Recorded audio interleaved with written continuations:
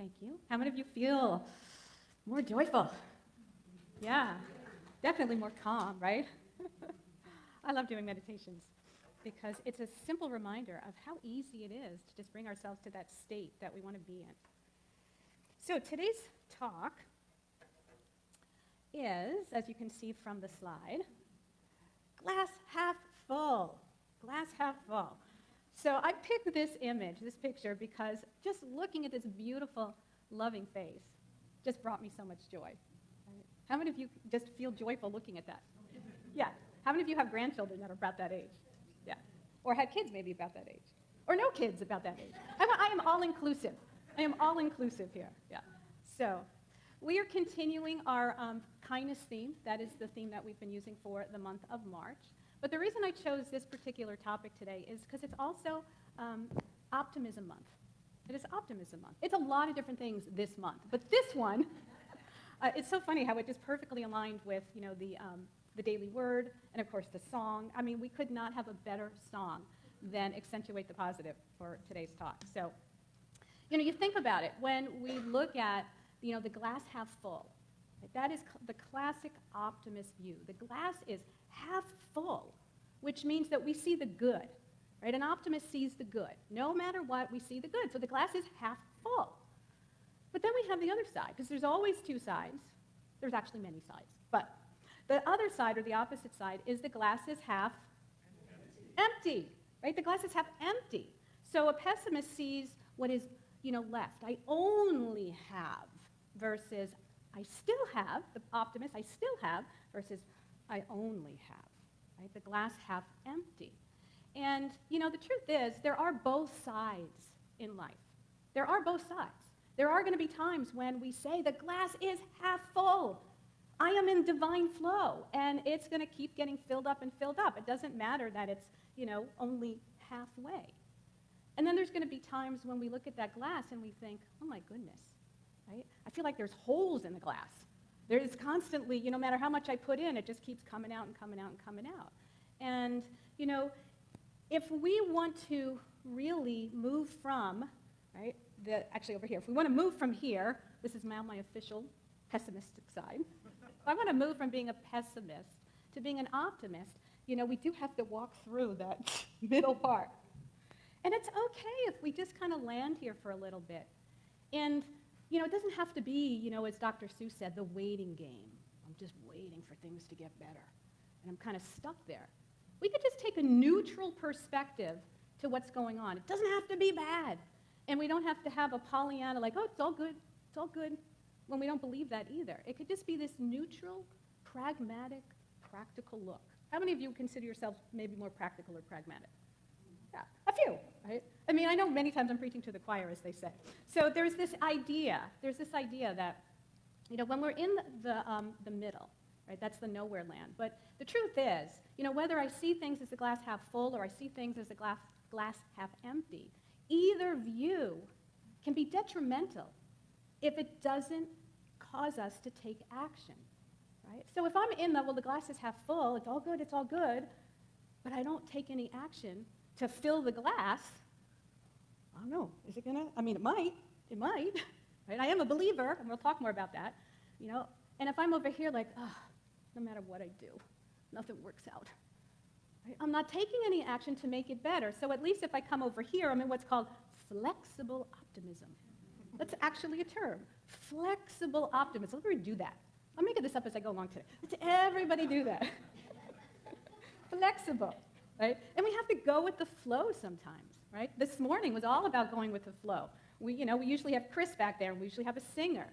Katie did an amazing job in the last moment, like, okay, I'm going to be singing, right? And I've stepped up here on a Sunday where I found out the day before, like, whoever was going to speak wasn't speaking. Like, okay, right? We have to be flexible and just know that it's all going to work out.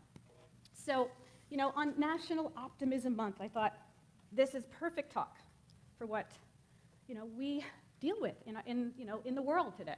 So what's our lesson? What are we going to be pretty much focusing on? So we do know in this teaching that what we focus on expands. The more you think about something, whether it's bad or it's good, the more we feel that, the more we embrace that. So we want to focus on good, We want to focus on creating good. And, it is about the principles that we teach here, right? Having faith and belief in the principles, in, God, in spirit, to be there for us, to support us, no matter what, no matter what. And the second principle is we are good because we are a divine expression of God. We are the same substance. And if God is good, then I am good. I'm good. As a matter of fact, we are what? How many of you remember my talk from a few weeks back? I am what? I am fine. I'm better than good. I'm fine. And I'm divine, although that's not our that's not our affirmation today. But I never want you to forget an affirmation. I want you to just keep adding to them. Right? Just add to your affirmations. So I was watching the news this morning. And of course, I know a lot of people, watch the news in the morning and, heard about all the weather in, was it Alabama, Mississippi, right, the tornadoes that ripped through. And of course, that's not good, right? Nobody would ever get up here and say, oh, that's good. No, that's not good. But one interview, gentleman said, you know what? We lost everything, but we have our life. We lost everything, but we still have our lives. And that is the example of, seeing the glass half full. And so, there are many people, unfortunately, I think it was 25, that did lose their life in that tornado, and there are people that lose their lives every day in other weather-related emergencies or accidents or illnesses and diseases, But can we take a step back and at least see the big picture in whatever happened and say, is there still good that I can find? And that's one of the biggest challenges that we face, I think, whether it's unity or it's Christianity or it's Buddhism or religious science or Judaism, is how do we reconcile, if God is good and I'm good, why do bad things happen? Why do bad things happen? And so I'm not going to pretend I know the answer to that. And I wouldn't trust anyone who said they did. Because I don't know. We don't know. The only thing we can know is how am I going to be in this world? How am I going to be the best that I can be in this world? How am I going to be the most joyful? Right? How am I going to overcome those feelings of negativity when these things happen? So let's take a look at some quotes. So this one, Khalil Gibran, the optimist sees the rose and not the thorns. The pessimist stares at the thorns, oblivious to the rose. So think about that. Like, what thorns are you staring at in your life right now? Really, what thorns are you staring at in your life? We all have them. We all have them. So think about it, like health, right? If we want to be the optimist and we want to just see the rose here, we want to focus on when we're feeling good, not when you get up and you're like, like the aches and the pains that we feel. Or the bad cold that I had for it seemed like an eternity. Right? Yeah, I'm blowing my nose, I'm coughing, I don't feel great, but man, I can still walk, right? I can still put my makeup on, I can still pretty much, live my life. So am I going to focus on the fact that I've gone through 3 boxes of tissues? Or am I going to focus on the fact that I'm relatively healthy and happy? So your health, right? Let's make sure that we are focusing on the rose. All right, what about relationships? This is huge. And my lovely husband is here today. Because I talk about him all the time, as you guys know. Some people say I throw him under the rug, but we have an agreement. We have an agreement that we can talk about each other. Right? So are we going to focus, right, in our relationships on the thorns? The things that just drive us crazy about the people in our lives. Right? They put the toilet paper roll going that way, and we like it this way. I mean, minor stuff, but I only thought growing up that there was only one way to put the toilet paper roll on. You pull it from the bottom. Until I met somebody who did it over that way. I'm like, oh, that's weird. Right? Or the toilet seat up, the toilet seat down, making the bed, not making the bed. Right? All the things that annoy us in a relationship when you live with someone, whether it's your spouse, roommates, your kids, doesn't matter. Or are you going to focus on how loving and kind they are, how creative they are, how supportive they are, how smart they are, how wonderful they are, how talented they are, how blessed you are that they have spent 25 years with your, eccentricities. 27. Do I hear 28? Are we going to make it to 28? July 13th. We'll see. We'll see. Right? All right, let's talk about finances, because that's another one of those table legs that many times, and this one is my Achilles heel. Right? This is my thorn. Right? Can I look at those bills when they come in, those thorns, as just prosperity? And I shared this once before, and I have to give my husband credit, because he's the one who gave me this idea, you know what? Bless those bills. The more bills you have, the more prosperous you are. Think about it. It's really true. It's yeah. So I want to focus on the rose, which is the divine flow. There is always money coming in from all kinds of places that you would never even imagine. You just don't know what past client might call you, or what opportunity may present itself, or extra interest on an account, or Social Security going up, right? Money's coming in, money goes out. The divine flow is being in the rose. And that's really one that I wanted to focus on. So, we've all been on both sides of it. We've all been on both sides of seeing the rose, seeing the thorn. And researchers have shown that optimists actually do see both sides, but they don't get stuck in the thorn. They don't get stuck in the thorn. It's okay, the thorn is there to protect me or to give me information or to help me make a decision about something, but I know that I'm going to get through this. And that's what we want to focus on. So, again, are we focusing on our goals and progress, or are we focusing on our setbacks and the things that get in the way? It has been literally 1 month since I've been on my workout plan. And I was so proud of myself. I have my habit tracker, and I was eating well, and I was exercising, and then I got the bad cold, and it's been literally a month. Now, am I going to stay stuck in that thorn of, now I got to get back on track, get back to where I was? Or I'm going to be no, celebrate your progress. I actually didn't gain any weight during all that, so I'm grateful for that. I went and got my hair cut yesterday. I know you can't really tell, but I did. She blew it out, because I never blow my hair dry anymore, as you guys know. And I was thinking about, today, and it's all right, I'm sitting there, and you never look good in those mirrors. I said, I don't know what it is about hair places. Guys, do you have the same experience as women do in salons? I'm sitting there, and I'm thinking, I look 150 years old in this lighting. Because she's blowing my hair dry, and it's down, and she's straight. I'm oh, God, no, you got to give it some lift. I look too old. And the grays, and we were talking about coloring my hair. And then it hit me. I'm am I focusing on the thorns, the gray hair, the lines, the wrinkles? Or can I focus on the fact that I have hair on my head? Right? I have hair on my head. Yes. Right? And I have the money to pay for a haircut. Yes. So we want to focus on the rose. All right, so our affirmation. Is it there? Yes. So our affirmation today is, I radiate positivity. So let's go ahead and say that. I radiate positivity. And if you're watching online, which I know that you are, go ahead and type that into the comments field. So I radiate positivity. But how do we do that? How do we do that? So let me give you some tips. Here are some tips to be more positive. How many of you have a sense of what the first tip is going to be? Just in your mind thinking, I bet she's going to say, smile.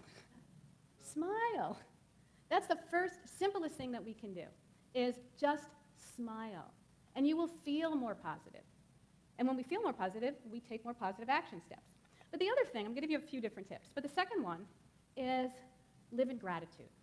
Start your day in gratitude, even before you get out of bed in the morning. If you've woken up your eyes, boom, I'm grateful, right? And my husband has said that many times.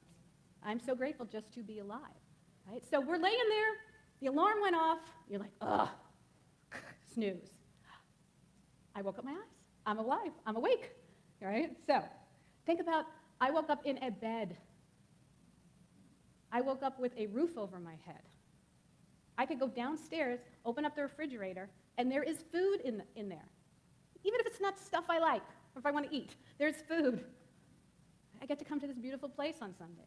You think about all the things that you can immediately be grateful for, even before you get out of bed. I used to be grateful for the spring that would hit me in the back. Oops. Be grateful that I can yell loud so you can hear me until we get this going. Where is it? I have a tail. I used to be grateful for this old mattress that had a spring that would always, right in the back. because I recognized, and this is when I lived in LA, I drove by so many homeless people that didn't have a bed, that would have been grateful to sleep on this old springy mattress. So gratitude, that's the second tip. The third tip here is challenge your ants, not your relatives, right? Your automatic negative thoughts. A-N-T-S, capital, ants, automatic negative thoughts. Because we are programmed, actually, to be more negative, to keep ourselves safe. But we're not cavemen anymore. We're not chasing tigers or lions. So we don't have to be in fear of our life all the time. So that thought that says, oh my God, I'm afraid to go out, or oh my God, I can't do this, or this is not going to work out well, that negative thought that says, oh, there's a hole, oh, that's why nothing's ever working out. Challenge that. Why do I have to believe that to be true? What's the evidence that says that's true 100% of the time? Yeah, maybe it happened once 20 years ago. Why am I dragging that with me? Right? So challenge that. Ask, is it true? Is it helpful to think that? How is it helping me to believe that? You like that face? It's not helpful, and it's not kind. Pulling it back to Kindness Month. It is not kind to yourself to think negative thoughts about yourself and your abilities, and it's certainly not kind to think that of other people either. So, excuse me. So let's take a look at another quote here. The Dalai Lama said, choose to be optimistic. It feels better. And how many of you felt good during that meditation when you were focusing on joy and creating more joy, feeling more positive? Yeah, it feels good. I know when I'm over here worrying about how am I going to pay that bill, how am I going to do this, how am I going to do that, I feel really down. And it's a spiral, right? All the way down. And then I need to start to see the glass half full to feel better, because pessimism and negativity brings us down. We need to reframe our thoughts or take positive action steps to bring ourselves back up. And it feels good. When you're feeling more optimistic, you're more likely to take positive action steps. You're more likely to see the glass half full. You're more likely to see all these different possibilities as if they just magically appeared. They weren't there before. I didn't think of that earlier. Why am I finding solutions now? Because I'm feeling better, and I'm feeling more hopeful. So Wayne Dyer said, and I'm going to read it because it's a long quote. He said, what is hope but a feeling of optimism? A thought that says things will improve, it won't always be bleak. There's a way to rise above the present circumstances. Hope is an internal awareness that you don't have to suffer forever, and that somehow, somewhere, there is a remedy for despair that will come upon you if you can only maintain expectancy in your heart. And, having hope is what builds the bridge from negativity to positivity, from, pessimism to optimism. And so I have an acronym, actually, for the word hope. And my acronym is having only positive expectancy. Right? Having only, no questions, only positive expectancy, which means that no matter what happens, I know I'm going to be okay. I know it's going to be okay.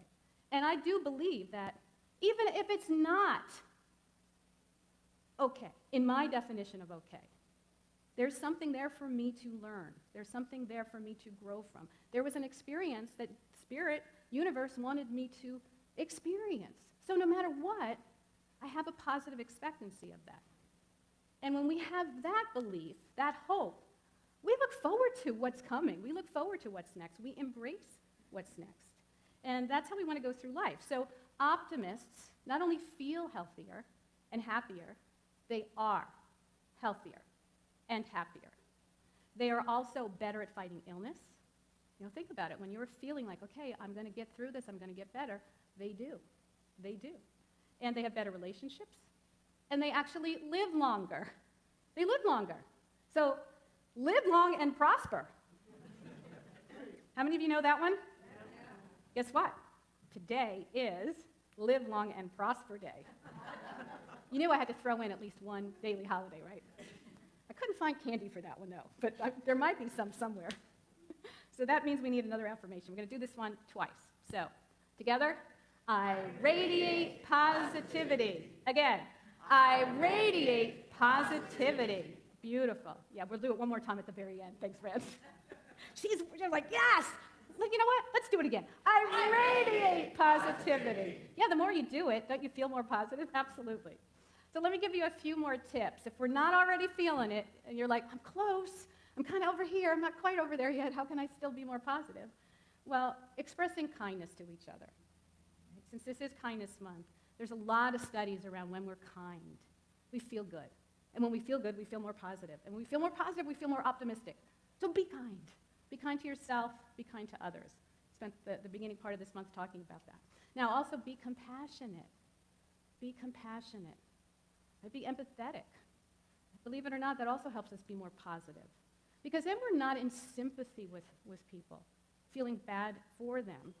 We're feeling hopeful when we're compassionate, when we're empathetic. And the more we do that, the more we move over here, believing that things are going to work out.